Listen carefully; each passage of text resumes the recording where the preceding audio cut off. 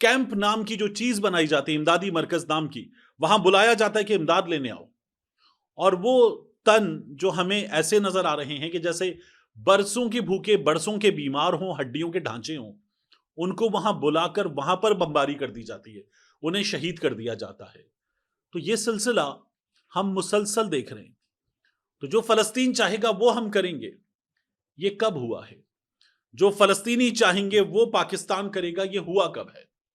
یہ پاکستان جس نے اپنے سے 6 گنا بڑے دشمن کو، جو طاہر شفیع صاحب بتا بھی رہے تھے، دھول چٹا دی، وہ ان فلسطینیوں کے لیے کیا کر رہا ہے؟ ہماری افواج جنہوں نے ہمیں یہ بتایا کہ ہم کیا کچھ نہیں کر سکتے، ان فلسطینیوں کے لیے ہم کیا کر رہے ہیں؟ طاہر شفیع صاحب عالم دین ہے، کیا انہیں نہیں پتا کہ ہمارا دین کیا بتاتا ہے؟ یہ مسلمان ایک جسم کی مانند ہے، اس کے کسی ایک حصے میں تکلیف ہوگی تو پورے جسم کو درد ہوگا۔ تو یہ پورے جسم کو درد ہو کیوں نہیں رہا؟ یہ طاہر شفیع صاحب جو ہیں، انہوں نے یہ کیوں نہیں کہا کہ جو ہماری فوج ہے یہ لڑے، فلسطینیوں کے لیے لڑے؟ کیوں نہیں کہا؟ یہ مفتی تقی عثمانی صاحب نے کیوں نہیں کہا؟ یہ ہم نے دیگر اسلامی ممالک کے ساتھ، ان کے علماء کے ساتھ رابطہ کر کے کیوں نہیں کہا کہ جو اتنی بڑی فوج بنائی ہے، راحیل شریف جس کے سربراہ ہیں، سعودی عرب جس کا سرپرست ہے، یہ فوج ہم نے کیوں بنائی ہوئی ہے؟ یہ جو OIC ہے یہ کیوں ہے؟ یہ اتنی بڑی باڈی، اس کا وجود کیوں ہے؟ یہ جو ہم اتنی بڑی اسلامی ممالک کی طاقت ہیں، یہ طاقت کیوں ہے؟ جب وہ فلسطینی وہاں پر جس حال میں ہیں اور جس طرح سے ظلم و بربریت کا انہیں نشانہ بنایا جا رہا ہے، تو ہم نے کیا کیا ہے؟ آپ یہ کہہ رہے ہیں کہ فیلڈ مارشل صاحب ٹرمپ سے ملاقات میں، باقی دنیا کے لوگوں سے ملاقات میں بھولے نہیں فلسطینیوں کو، کشمیریوں کو، تو ہم نے کیا کیا؟ ہم نے تو ٹرمپ کو نامزد کر دیا نوبیل پیس پرائز کے لیے۔ تو طاہر شفیع صاحب، آپ کا اپنا کردار کیا ہے؟ علماء کا اپنا کردار کیا ہے؟ آپ ہماری افواج سے یہ کہیں نا کہ یہ جا کر لڑیں، یہ دنیا کی دیگر مسلم ممالک کی افواج کے ساتھ ملیں، آپ علماء کا ایک وفد بنائیں اور جائیں ہر ملک، اور جا کر اس اسرائیل کو صفحہ ہستی سے مٹانے کی بات کریں، کیونکہ سعودی عرب یہ کام نہیں کرتا، UAE یہ کام نہیں کرتا، اور ہمارے علماء جو ہیں ان کے ان ملکوں سے بڑے اچھے تعلقات ہیں، خاص طور پر طاہر شفیع صاحب کے تو سعودی عرب سے سب سے اچھے تعلقات ہیں۔ تو آپ جو کام کرنے کا وہ کام نہیں کر رہے، اور آپ کہہ رہے ہیں کہ بھولے نہیں ہیں، فلسطینیوں کا ہاتھ پکڑ کے آپ اٹھائیں گے اور کہیں گے کہ ہم آپ کے ساتھ کھڑے ہوئے ہیں۔ جو کام کرنے کا وہ تو آپ نے کیا ہی نہیں ہے۔ شہباز شریف کے بیہاف پہ، صدر زرداری کے بیہاف پہ آپ جو باتیں کر رہے ہیں، ہم نے کیا کیا فلسطین کے لیے؟ ہمارے ہاں تو جو بوائیکاٹ بھی ہوتا ہے نام نہاد، اس بوائیکاٹ کے پیچھے بھی 4 لوگ آ جاتے ہیں کہ بوائیکاٹ کر کے کیا کرنا ہے۔ ہماری حکومت نے کیا کیا ہے؟ یہاں پر فلسطین کے لیے آواز اٹھانے والوں کو جوتے مارے گئے ہیں، گرفتار کیا گیا ہے، اسٹیڈیمز میں روکا گیا ہے، سڑکوں پہ روکا گیا ہے۔ فلسطین کے لیے مظاہرے کرنے والوں کے ساتھ کیا ہوا؟ سینیٹر مشتاق کے ساتھ کیا ہوا؟ سیاسی جماعتوں کے ساتھ کیا ہوا؟ تو آپ جو باتیں کر رہے ہیں حضور والا، وہ باتیں آپ کے منہ سے سن کر اگر کوئی شخص جسے پاکستان کے ان حالات کا اور پاکستان کی ان حرکات کا اندازہ نہ ہو، وہ تو بہت خوش ہوگا، لیکن جو ان حالات کو جانتا ہے وہ آپ پہ ہنسے گا۔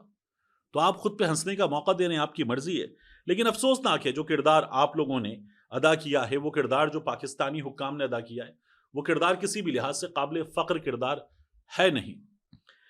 باقی معاملہ اقرار الحسن صاحب کا، اقرار الحسن صاحب جو ہیں وہ ٹویٹر پہ آئے اور عمران خان کے نظریے پر سوال کرنے لگے۔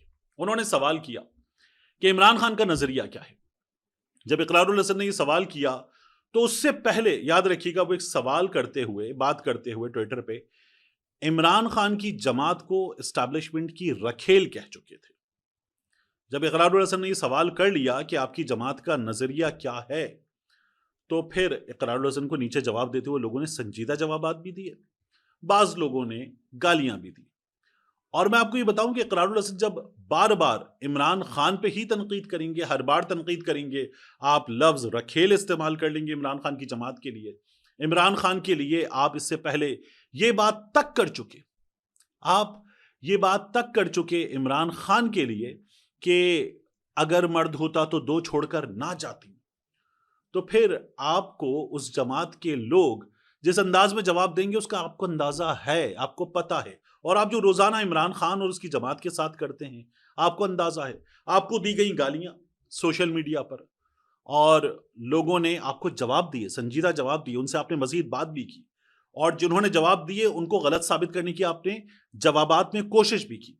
اور یہ سب کرنے کے بعد اقرار الحسن صاحب نے یہ سب کرنے کے بعد دوبارہ عمران خان کی جماعت کو، عمران خان کے نظریے کو، عمران خان کی اپنے سوشل میڈیا ورکرز کے لیے تربیت کو گالیاں دی اور کہا لعنت ہے ایسے نظریے پر، ایسے تربیت دینے والے پر لعنت ہے۔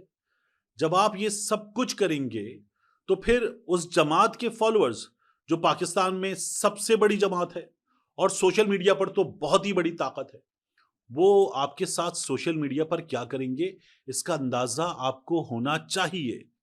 اب اگر آپ کہیں گے کوئی جسٹیفیکیشن دے رہا ہے آپ کو پڑھنے والی گالیوں کی یا آپ کے وابستگان کو پڑھنے والی گالیوں کی، تو آپ یقین جانیے، پہلے بھی یہ بات کی تھی کہ آپ یہ موقع ان لوگوں کو بار بار دے رہے ہیں، کیونکہ آپ جس رہنما سے، جس جماعت سے وہ لوگ وابستہ ہیں، ان کو گالیاں دے رہے ہیں، آپ ان کو رکھیل کہہ رہے ہیں، آپ ان پہ لعنت بھیج رہے ہیں، آپ یہ سب کچھ مسلسل کر رہے ہیں۔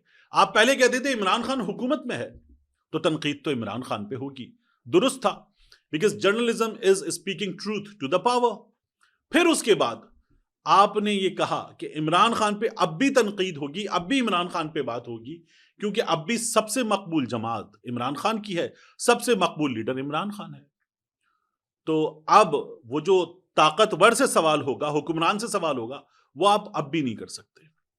جب آپ اس منافقت کا مظاہرہ کریں گے کہ آپ جیل میں بیٹھے ہوئے عمران خان سے سوال کریں گے، اقتدار میں بیٹھے ہوئے عمران خان سے سوال کریں گے، اقتدار سے نکلے ہوئے نواز شریف پر آپ بات نہیں کریں گے، اقتدار میں آئی ہوئی نون لیگ پر آپ بات نہیں کریں گے، تو پھر جو آپ کے ساتھ ہو رہی ہے وہ ہوگی۔ یہ آپ کے سمجھنے کی چیز ہے، اس پر آپ کسی پر چڑھ دوڑیں کہ تم جسٹیفائی کر رہے ہو مجھے پڑھنے والی گالیوں کو، آپ زیادتی کر رہے ہیں اپنے ساتھ بھی اور اس شخص کے ساتھ بھی۔ اور یہ جو پڑھ رہی ہیں آپ کو، یہ آپ لوگوں کو خود دعوت دے رہے ہیں کہ آپ کو یہ پڑھنی چاہیے، کیونکہ آپ ان کو گالیاں دے رہے ہیں اور آپ نے بار بار دی ہیں۔ تو یہ جو آپ نے کیا ہے یہ آپ کا بویا ہوا ہے جو آج آپ کاٹ رہے ہیں، اور آپ اس کو بار بار کاٹنے پر آمادہ نظر آتے ہیں۔ روزانہ آپ آتے ہیں، روزانہ آ کے آپ، بلکہ دن میں کئی بار، ایک جماعت کا سربراہ اور اس کے چاہنے والے، ان سب کو آپ گالیاں دیتے ہیں۔ اب میں آپ کو کچھ دکھاتا ہوں۔ یہ مریم نواز شریف صاحبہ کے فالوورز کی تعداد ہے جو ملینز میں ہے، اور پھر یہ ہزاروں میں، عام طور پر ایسا ہوتا نہیں ہے، یعنی میرا چھوٹا سا اکاؤنٹ ہے، میرے کوئی 6 لاکھ کچھ فالوورز ہوں گے ٹویٹر پہ، اور میں کچھ 700-800 لوگوں کو ٹویٹر پہ فالو کر رہا ہوں۔ مریم نواز شریف صاحبہ جن کے ملینز میں فالوورز ہیں، وہ کچھ 10,000 سے زیادہ لوگوں کو ٹویٹر پہ فالو کر رہی ہیں۔ وجہ کیا ہے؟ اقرار الحسن کو یہ بھی نظر نہیں آتا۔ اب جو تصویریں آپ دیکھ رہے ہیں نا، ان میں دیکھیے، ہر گالی باز کو مریم نواز فالو کرتی ہے۔ جو کسی کو ماں کی گالی دے، بہن کی گالی دے، ادھر چڑھ جائے ادھر چڑھ جائے، ایسے کر دے ویسے کر دے، تو یہ پیش کر رہا ہے، تو وہ پیش کر رہا ہے، اور اس کے علاوہ دنیا جہان کی ننگی ترین گالیاں، ان ننگی ترین گالی دینے والے ہر شخص کو مریم نواز شریف صاحبہ فالو کرتی ہیں۔ پنجابی کی گالیاں، اردو کی گالیاں، رومن میں، انگلش میں گالیاں، اور تمام گالی بازوں کو مریم نواز شریف صاحبہ فالو کرتی ہیں۔ یہ کام وہ کرتی ہیں، یہ کام بھی اقرار الحسن کو نظر نہیں آئے گا، اور وہ کہیں گے تربیت جو ہے وہ عمران خان کی خراب ہے جو اس نے اپنے فالوورز کی ہے۔ اس ملک میں یہ لوگ کہتے ہیں کہ عمران خان نے سوشل میڈیا والوں کی زبان خراب کر دی ہے، حالانکہ بھٹو صاحب سے شروع کریں، وہ آلو بھالو سور کے بچے وغیرہ تمام چیزوں سے ہوتے ہوئے نواز شریف تک آ جائیں، جنہوں نے اپنی مخالف خواتین کی جعلی فحش برہنہ تصاویر فضا سے برسوائی تھی۔ اقرار الحسن صاحب کو یہ سب نظر نہیں آتا، ان کا مقصد ایک جماعت کے رہنما کو ملائن کرنا ہے۔ تو پھر آپ کو کہا جائے گا کہ آپ کسی خاص ایجنڈے پر ہیں، آپ کو اس ایجنڈے پر لگا دیا گیا ہے کہ یہ کام آپ کو تسلسل کے ساتھ کرنا ہے، اور آپ کر رہے ہیں۔ آخری چیز، صنم جاوید صاحبہ، یہ جو مشال یوسفزئی نے ٹویٹ کیا نا علیمہ خان صاحبہ کے بارے میں بات کرتے ہوئے کہ علیمہ خان صاحبہ مبارک ہو، آپ کے معاملے میں تو جج بھی نہیں اٹھا، انصاف بھی مل گیا، بیٹے بھی رہا ہو گئے، کیا بات ہے، اور ضمانت وغیرہ ہو گئی ہے، بر وقت ہو گئی ہے۔ تو مشال یوسفزئی کا یہ کہنا ہے کہ علیمہ خان صاحبہ اب آپ عمران خان کے لیے بھی کام کریں اور عمران خان کو بھی نکالیں۔ صاف نظر آ رہا ہے، ٹویٹر صارف کہہ رہے ہیں، بار بار کہہ رہے ہیں کہ علیمہ خان صاحبہ پر مشال یوسفزئی نے اٹیک کیا، وہ اس سے پہلے بھی کر چکی ہیں، اور یہ کس وقت کیا ہے؟ یعنی مشال یوسفزئی نے اس موقع پر کیا جب علیمہ خان صاحبہ جو ہیں ان پر یہ حملہ ہوا ہے، اس موقع پر آپ یہ سب کچھ کر رہی ہیں۔ اس پر صنم جاوید صاحبہ نے جب یہ بات ہو رہی تھی کہ یہ کیا کیا ہے مشال یوسفزئی نے، تو انہوں نے آ کے کہا کہ کیا لکھ دیا ایسا، ٹھیک تو ہے، کیا عمران خان کو رہا نہیں ہونا چاہیے؟ تو عمران خان کی رہائی کے لیے کون اس وقت کوشش کر رہا ہے؟ کیا جماعت کر رہی ہے وہ کام جو عمران خان کی رہائی کے لیے کرنا چاہیے؟ تو نہیں کر رہی۔ کیا یہ لوگ ایوانوں میں مطمئن بیٹھے ہوں؟ تو ہاں بیٹھے ہوئے ہیں۔ کیا یہ لوگ آپ کو ہر بار اڈیالہ بھی نظر آتے ہیں؟ تو نہیں نظر آتے۔ کچھ لوگ اکثر و بیشتر نظر آتے ہیں، لیکن ہر بار تمام لوگ آپ کو اڈیالہ نظر نہیں آتے۔ آپ کو ہر بار اڈیالہ کے باہر کون نظر آتا ہے؟ علیمہ خان نظر آتی ہیں، علیمہ خان کے ساتھ نورین خان، عظمیٰ خان نظر آتی ہیں، ان کے ایک کزن ہے وہ آپ کو ہر بار نظر آتے ہیں، کچھ کارکن ہیں آپ کو وہ ہر بار نظر آتے ہیں۔ لیکن باقی خیبر پختونخوا کے چہرے بدلتے، پنجاب کے چہرے بدلتے ہیں، جو 1 سے 2 وکیل رہنما ہیں وہ موجود ہوتے ہیں، جیسے نعیم حیدر پنجوتا صاحب ہو گئے، تابش فاروق صاحبہ ہو گئی، یا سیمابیہ طاہر صاحبہ وغیرہ ہو گئے۔ یہ کم و بیش ہر موقع پر ہوتے ہیں، لیکن مرکزی قائدین بھی آپ کو ہر بار نظر نہیں آتے۔ تو عمران خان کے لیے اڈیالہ پہنچ کر بات کرنا، یہ کام میں دیکھتا تھا صاحبزادہ حامد رضا جو عمران خان کی جماعت میں بھی نہیں تھے، اتحادی تھے، وہ بڑے تسلسل کے ساتھ کرتے تھے، بڑی باقاعدگی کے ساتھ کرتے تھے۔ اب نہیں کر پا رہے، اس کی وجوہات ہیں۔ تو علیمہ خان صاحبہ کو مشال یوسفزئی کا نشانہ بنانا، اور پھر بار بار صنم جاوید صاحبہ کا لوگوں سے ٹویٹر پہ یہ پوچھنا کہ غلط کیا کہا ہے، مشال یوسفزئی نے غلط کیا کہا ہے، حیران کن ہے۔ کیونکہ مشال یوسفزئی نے اس سے پہلے بھی علیمہ خان صاحبہ پر اٹیک کیا، اور علیمہ خان صاحبہ کے جو بیٹے ہیں ان کی گرفتاری وغیرہ کے حوالے سے پہلے بھی بات کی، سوال کیا۔ تو اب مشال یوسفزئی کے اس رد عمل کو تمام لوگ کہہ رہے ہیں کہ یہ علیمہ خان پہ طنز کیا، اٹیک کیا، باقاعدہ طور پر یہ کہا کہ آپ کے بیٹے کیسے رہا ہو گئے، آپ کا بھائی رہا کیوں نہیں ہوا۔ تو علیمہ خان کو بالکل حملے کا نشانہ بنایا مشال یوسفزئی نے۔